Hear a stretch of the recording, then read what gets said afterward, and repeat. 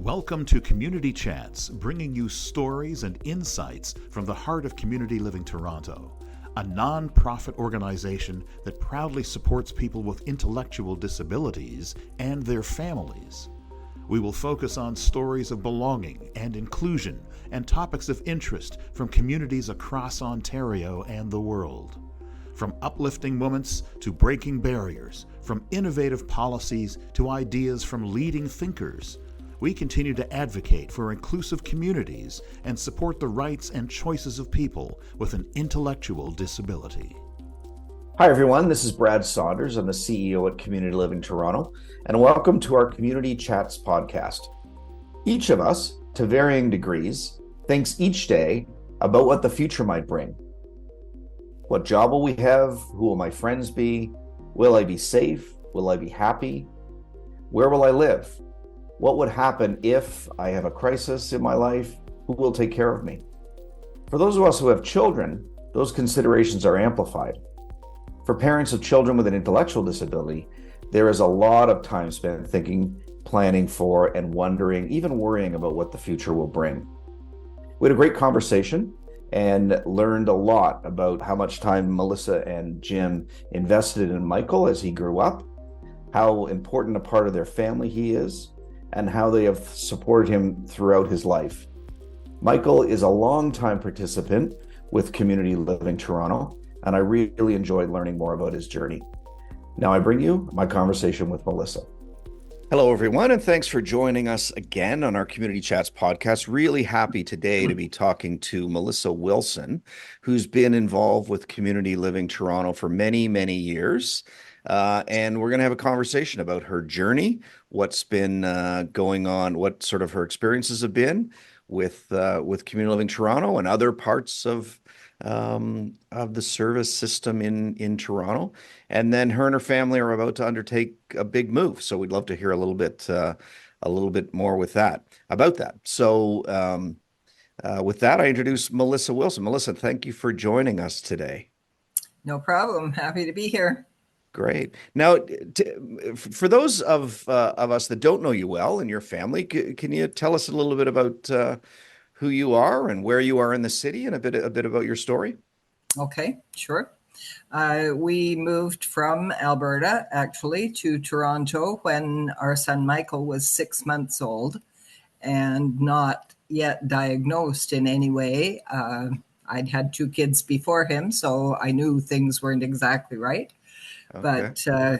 But we had a lot of visits to a lot of different health people and didn't get very much good information for a long time. We moved here because my husband was transferred here. He worked for IBM for many years, and as maybe everybody doesn't know, IBM stands for I've been moved. So I did not know that. That's good to know. So we came from Edmonton, Alberta, in January of 1969, would you believe? Wow. So, yeah. So as I said, Michael was 6 months old at that point and had 2 older brothers who were 3 and 5 at the time.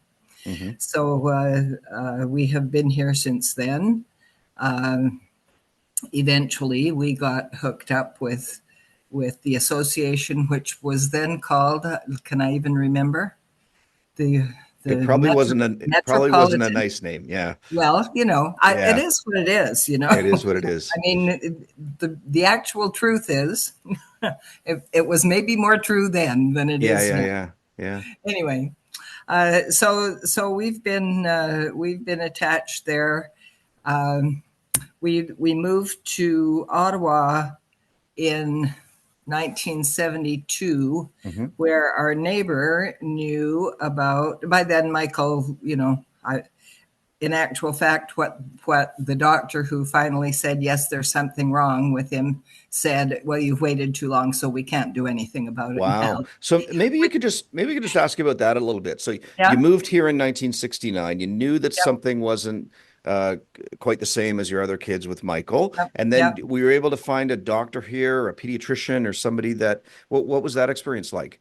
Well, it's a long time ago and I'm fuzzy on details, but we did we did go to a number of different, I did whatever research was available, and eventually came to a doctor who gave me that line, which obviously I will never forget.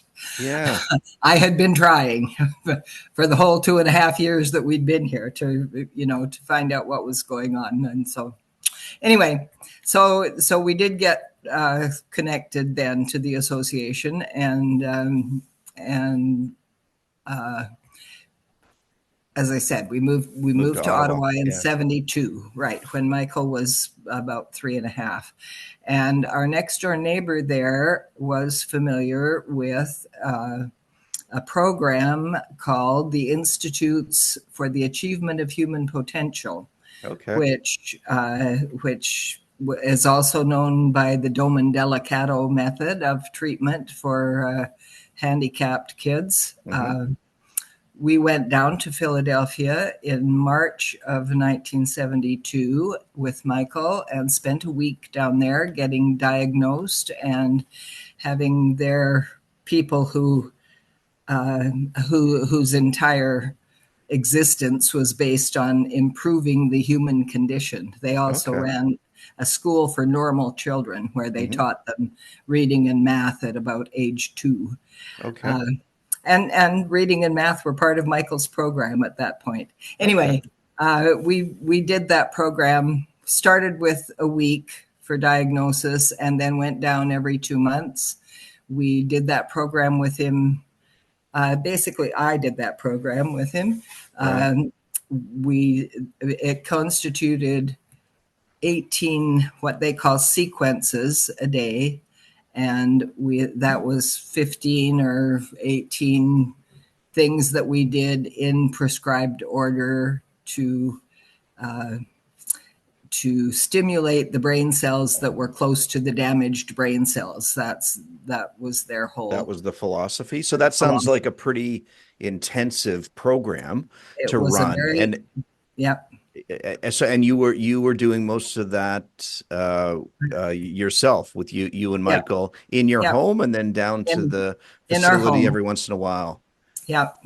We had ladders and boulders and all kinds of equipment that encouraged him to do whatever it was that we were concentrating on at the moment. And if you know anything about the program, it would be patterning, right? Which that word was bandied about quite a bit in those days, and we did that, and that involved having 40 people a week in our home to help me with the program.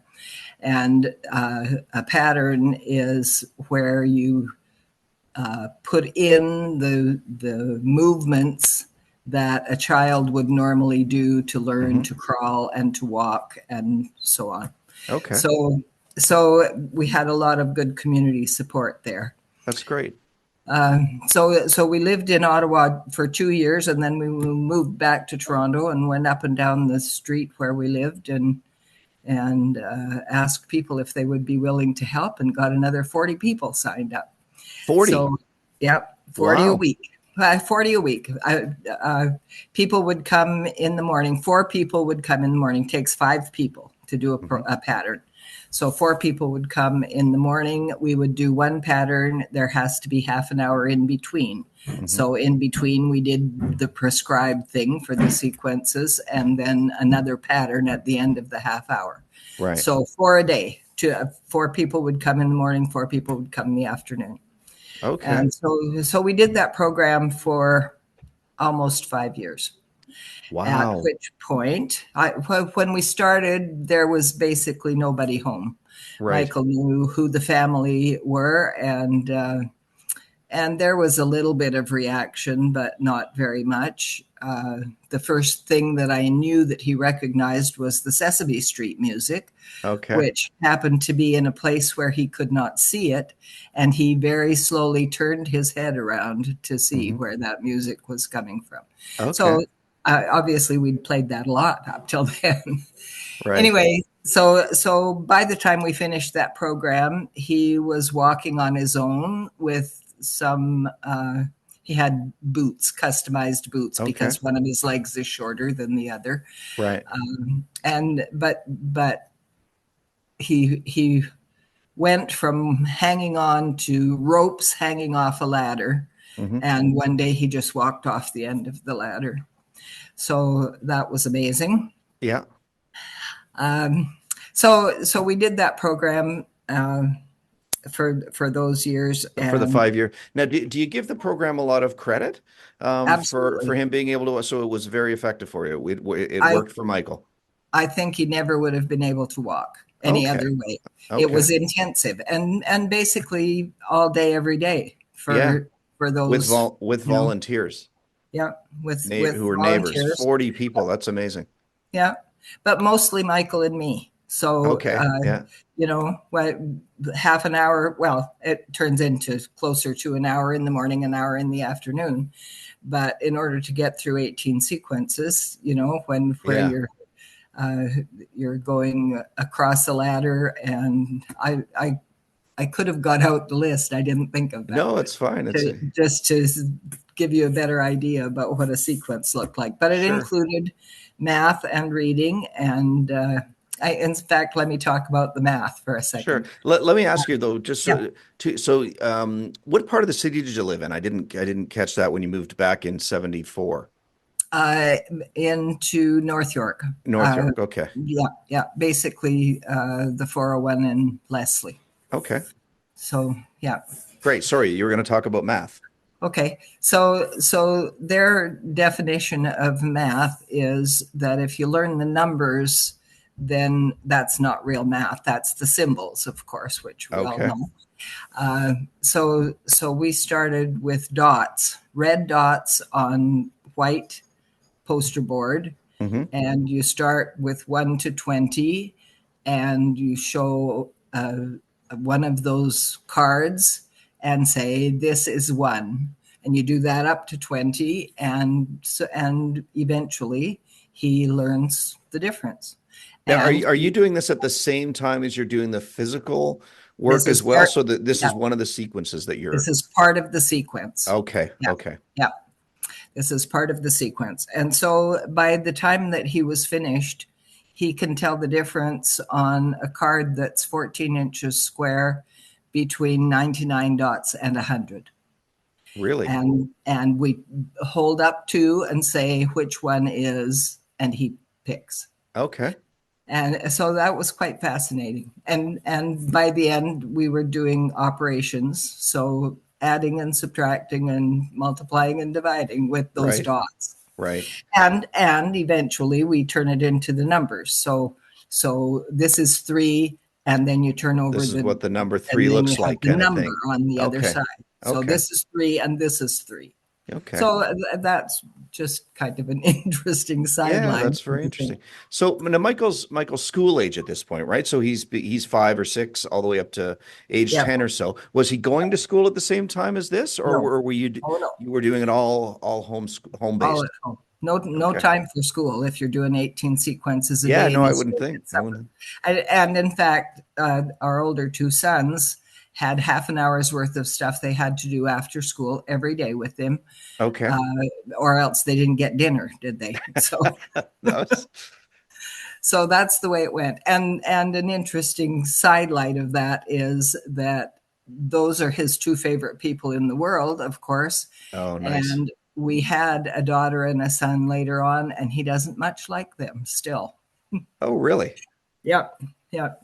So Stephen Warren had a lot of input with him and helped him with the program. And in fact, what happened was when Rebecca was born, that's when he went to school. So Okay. he did not any longer have me for 12 hours a 12 hours day. a day. Or his And brothers doing their 30 exactly, minutes to get their food or exactly. get their meal. Yeah, Okay. exactly. Yeah, So yeah. he went to school around 1979 then when he was about 10 kind of thing? He was 10. Yeah. Okay. And Uh, what was that like? Was there a oh, reason why? Like, did the program end at age 10, or did no, you choose we, that yeah, um we went as far as we felt like we could go. He hadn't okay. made a lot of different progress in about the 9 months or so before that. Okay. And Jim and I decided if we were having any more children, it was time to do that. So Michael started school on the 3rd of January, 1977, actually. Okay. And Rebecca was born on the 19th of January. Okay. So he still doesn't like her very much, but she's the one who's That's too bad. Well, that's why we're moving to Alberta, because the good news is that Michael really likes her husband, Nathan. Okay, good. So that works. So there's and that's hope. why There's hope. Yeah, maybe. That's why we're moving to Alberta, because when we can't manage him any longer, he'll live with Rebecca and Nathan. Right. Okay. And they moved to Cochrane from Montreal 2.5 years ago. And Cochrane, no, I don't know Alberta geography well enough. And you're dropping this now. So I know that you are planning to move out west in the next little bit. And Cochrane, I gather, is a community outside of Calgary. Is that? That's correct. It's not the just Cochrane west. here, where that's way far north, right? Okay. No, this is Cochrane, Alberta, which is just west of Calgary. Okay. Yeah. So now the school that he went to in 77, was that a local school? Did he have to take a bus to another school, or what was that experience like? He can't do a bus on his own. Okay. He had drivers for 100 years. Well, maybe not quite 100. Yeah. But felt like 100. Until COVID, he had drivers from 1979 when we first started. Well, okay, that's not quite accurate. What happened is, at that point, they kept him in Lawson School, which was, by some definitions, real school, right, as opposed to an adult development program or whatever, right? So he started in Lawson, and they're no longer eligible for school after they're 21. So when Michael turned 21, I invented a program, actually, which we called Advocacy 21.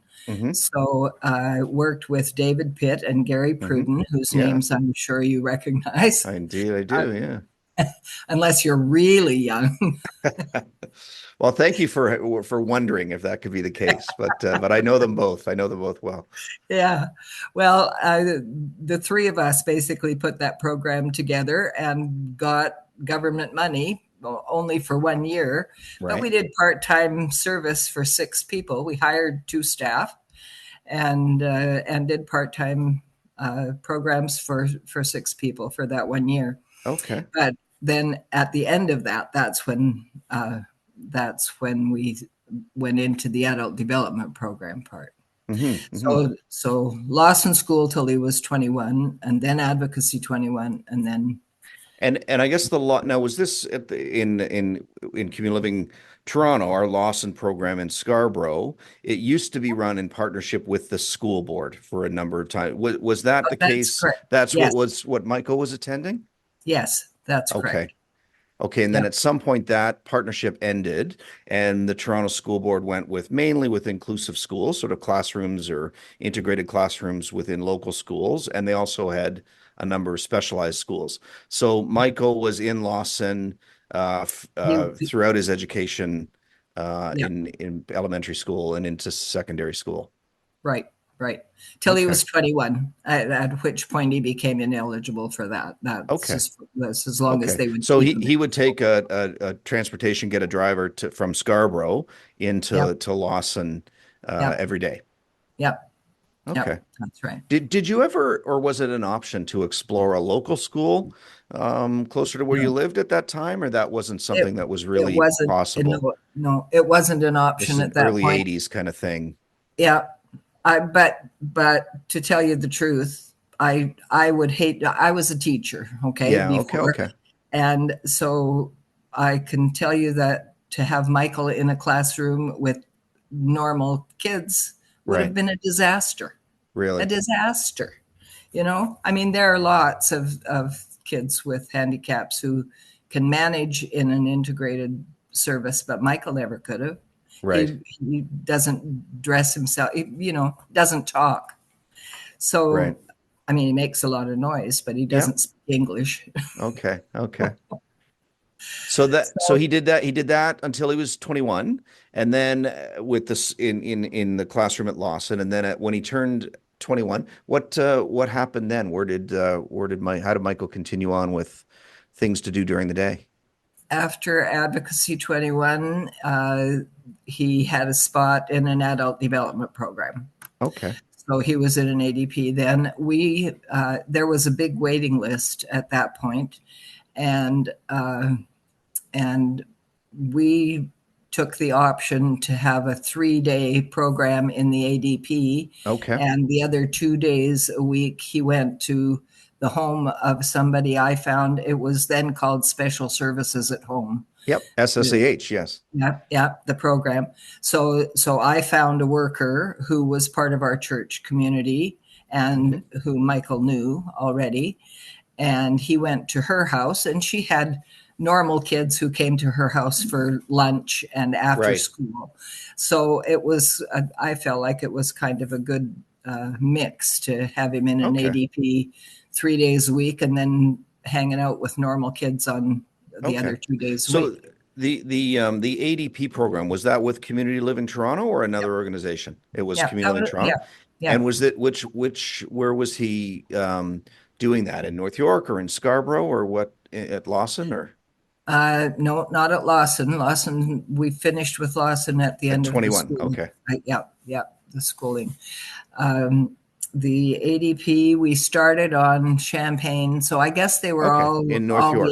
ADPs were in North York. Okay. Yeah, yeah, and Good. there have been, they have closed and opened and Yeah. moved around a little and whatever. So Right. yeah, So he did that from 21 at an ADP 3 days a week in right, a sort of formal program, and then 2 days a week with somebody from your church right. that was a local neighbor, I guess. Now, were you working at this time as he was doing No, that, or were you raising the kids and stuff? no, I was raising kids. Great. So we had Rebecca when Michael was 10, and then I don't have one kid at a time. I have two. So Okay. so we also had Matt later, two Great. years later. Great. So Yeah. and Michael was in the ADP for many years, and that worked with you.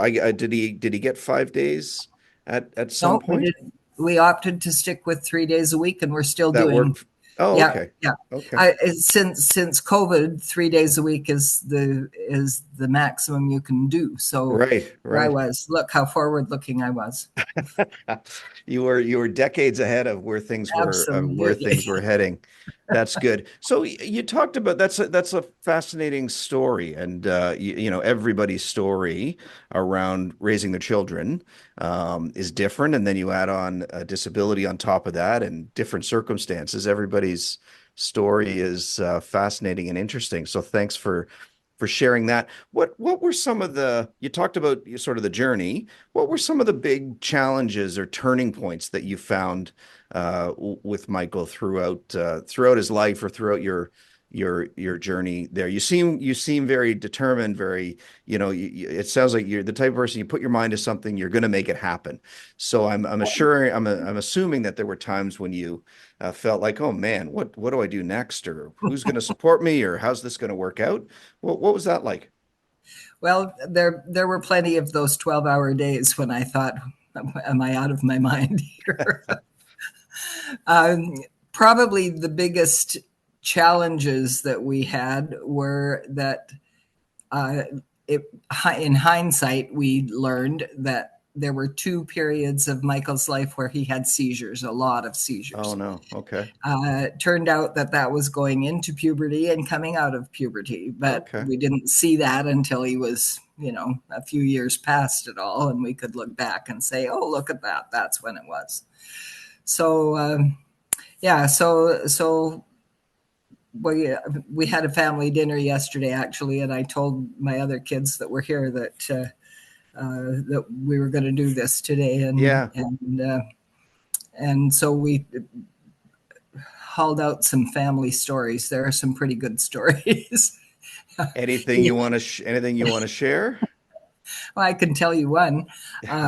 There Michael reacts inconsistently and unpredictably to pretty much any kind of medication. Okay.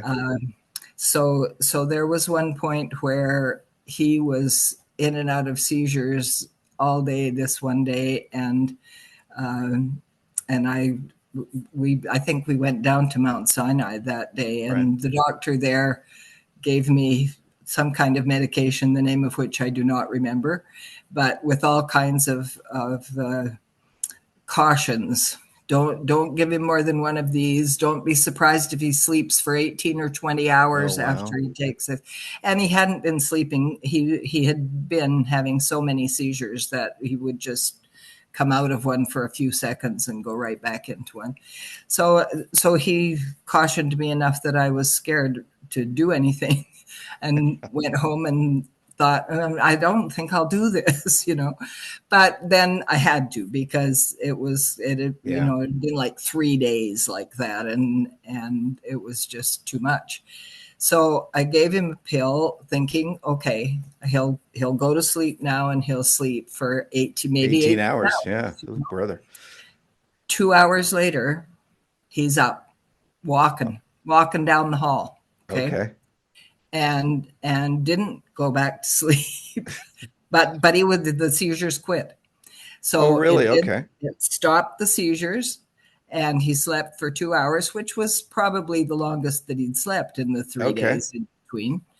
And it broke the cycle of the seizures. So it was sort of all the benefits of a medication without the side effects. That's always know.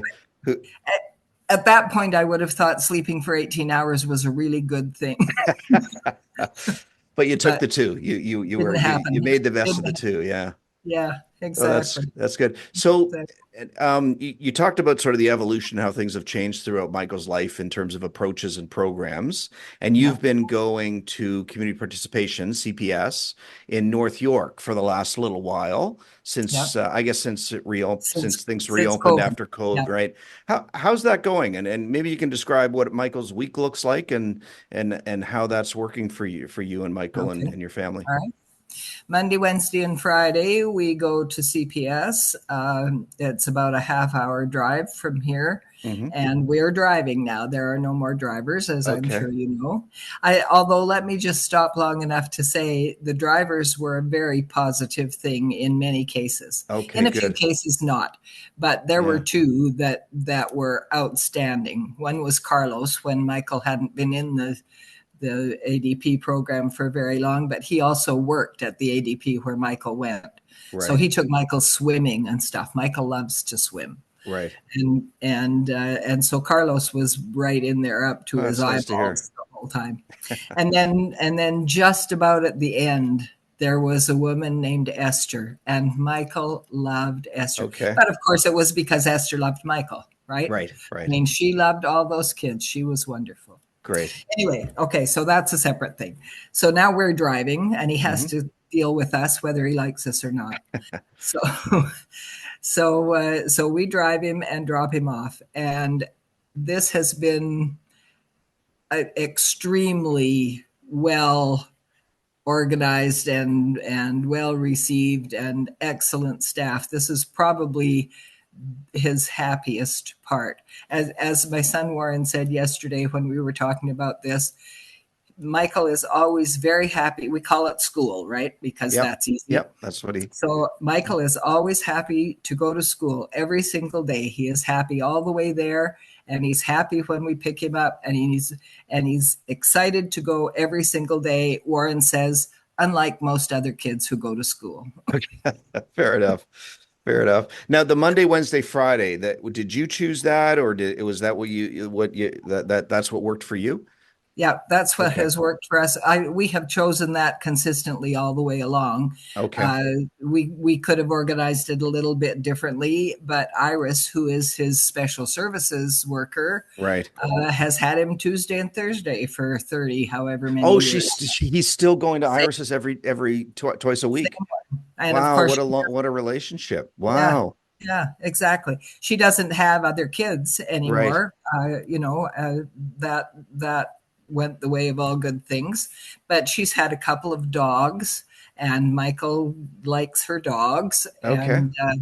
and he's She still going there. That relationship outlasted special services at home because that program hasn't That's been exactly for right. adults for more than 10 years. So Yep, yep, that's yep. great. So We it call it went, passport now, but it's still Iris. yeah, yeah, same idea. The Yep.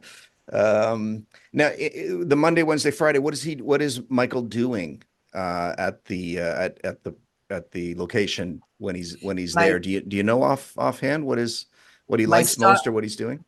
my stock response is I don't care what he's doing. He's loving it. He's loving it. Good. I know that I mean, we check off boxes for the programs with each, Right. whatever they call it, semester Right. of the CPS. And he does art stuff, and he does music stuff, and he does Yeah. cooking. So he's And a picking lot a of, couple of classes on both yeah, to complete the day, and then he's not picking them. He's you're not picking picking them. them. Right. I'm picking them. Right. Right. Right. Yeah. Right. Yeah. And the other thing that he does consistently there, for which he is becoming quite famous, is that he walks the staff around. He Okay. likes to walk. He likes to go for walks. Good. And there have been a few times when we've picked him up and heard that Michael has walked around the circle in the building for the last hour and a half. Oh, wow. He's So getting some Colleen walks exercise with too. him, or Yeah. the Yeah. staff are happy to do whatever he wants to do, Yeah. which is more than he can say for me most of the Good. time. So you've been through quite a journey as a family, and Michael has as well, and quite varied experience. Now you're at a point where you're moving out west, and that has a lot to do with thinking about Michael's future. Or are there other what else Uh, is behind the move, or what's can you talk about that? Michael is the moving force. Two Okay. of our sons live here still, and I have to not think too much about leaving them. Uh, But Rebecca and Nathan are there with their family, and it's not fair to dump all of it on Michael at once. So as right. long as Jim and I can keep him, we'll get him out there, and as fast as we can, we'll get him into programs. Our daughter has done research out there to find out what's available, and apparently there are programs that are available for him. But of course, there'll be the 3 months before we can get a health card, and then an assessment, and then I will get him So, into a program as fast as we so can. so part of that is your own family circumstance and dynamic that works better for your thinking long term. But also there's no guarantee that there's anything available for Michael when you and Jim aren't able to have Michael living with you at home anymore. Is that part of your thinking as well, Yeah, or? yeah. He'll live with Rebecca and Nathan when we can't handle him anymore. Okay. And it's just a matter. I'm 82, Jim's 84. Michael's 56. So we've been doing this for a long time. Yeah. But we felt like we need to get him out there and get him organized into programs and stuff, as long as he can still live with us, so that he Right. doesn't have to do it all at once. His favorite thing is to do today what he did yesterday. He Right. likes the routine. He wants to know where he is all the time and who's around him, and just be comfortable with the circumstances. So Yeah. we felt like we needed to get him in a new place to live, and then we'll find Yeah. him a program as fast as we can before he has to move to Yeah. Rebecca and Well, Nathan. it sounds like you've got a good circumstance that you're moving towards and that you'll be moving into. But it is, I have to say, as a provider and a person living in Ontario, it's discouraging that you had to move provinces, and quite not the province next door either, right? Alberta's a ways away. To get the supports that you feel comfortable with for Michael in the future. Well, it's not really that. I mean, if we could have stayed here, we would have. Right. What I have said to my kids all their lives is, you don't have to like it, you just have to do it. Right. So, so that's basically where we are. Our sons who live here are not in a position to take Michael, Right. and we feel that it's better for him to stay with a family member, Yeah. Yeah. than rather.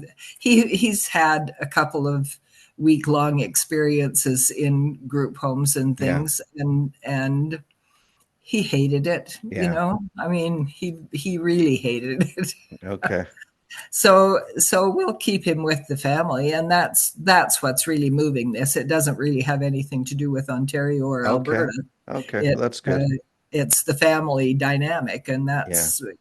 that's where Rebecca and Nathan are, and that's where he'll go. Yeah, and So there's a lot of excellent services and supports in Alberta, so I'm sure Michael will thrive, I and hope so. you and Jim will fit in. You'll have a different hockey team to cheer for, maybe. I mean, they're more successful than the Leafs have been, but that's good for families that are starting out or midway through or at a certain point in their journey. What do you have any advice that you would share and pass along? I don't know specifically. I think just find out as much as you can find out. I think it helps a lot to talk to people. I'm sort of over the situation where I talk to other parents and whatever a lot, but I did that for a long time. Yeah, And I was part of parents organizations. I think it just helps to be in the same room with other people who have similar circumstances, yeah, and yeah, be able to say this worked for us, try it out, yeah. or conversely, this did not work for us. So that's probably the thing that I would suggest the most, is to be in touch with other people. Right, I was in it up to my eyeballs for a lot of years. I am not so much anymore. right. I'm tired. I can drive him to the program. That I can do. I Well, can show up to the Christmas party. yeah. Well, you may feel tired, but I tell you, you've got a ton of energy, and it's been you're an inspiration for the energy and enthusiasm and positive attitude that you're bringing to life. So that's been great. I'm gonna end with one final question that we ask everybody. Be curious to know what belonging means to you. Okay, well, belonging it to find a situation where you can be who you really are, Hmm. and make that work with the people that are around, and the programs that are around. Our church community is important to us, Hmm. and that has been consistent over the years. And so that's a good deal of our belonging. Right. Uh, uh, Basically, that's it. To be Okay. comfortable in whatever situation you're in, or to get into a situation you can be We are comfortable comfortable. in, I Yeah. guess. Yeah. Great. Thank you so much. It's been an absolute pleasure chatting with you Well, and getting thank to know you. And on behalf of Community Living, thank you for 30 years of or more of being involved and for your advocacy throughout the years. We wish you nothing but the best as you move out west and build a new space and life for yourself and Michael out there. And be sure to stay in touch. you. Okay. We'll be around. Good. Excellent. Thank you so much. You're surely welcome. Okay. Many people in our community, especially parents and siblings and other family members, spend a lot of time thinking about, wondering about, even worrying about what the future will bring. What happens when there's a crisis? What happens when a parent who's the primary caregiver can no longer provide support? What happens when someone passes away? What are the responsibilities of siblings? Where will people live? Will they be safe? Who will love them? These are big questions that people deal with every day. And I'm optimistic that as our sector continues to plan for Journey to Belonging, I really hope that this is a consideration that we give a lot of time for, and that one of the outcomes of Journey to Belonging is giving parents and siblings the confidence about what they can expect for their loved ones in the future. Thanks for joining our Community Chats podcast. And remember, we release a new episode on the 15th and the 30th of each month. So don't forget to subscribe to stay up to date. Thanks for tuning in. See you next time. Don't forget to join us next time as we unpack the power of community through collaborative initiatives and shared experiences. Available on Buzzsprout, Spotify, Audible, and YouTube. Follow us on social media at CL Toronto. Let's chat, share, and spread those good vibes together. We hope these discussions will inspire you and give new ideas to add your voice to our mission of making our communities and neighborhoods inclusive and welcoming.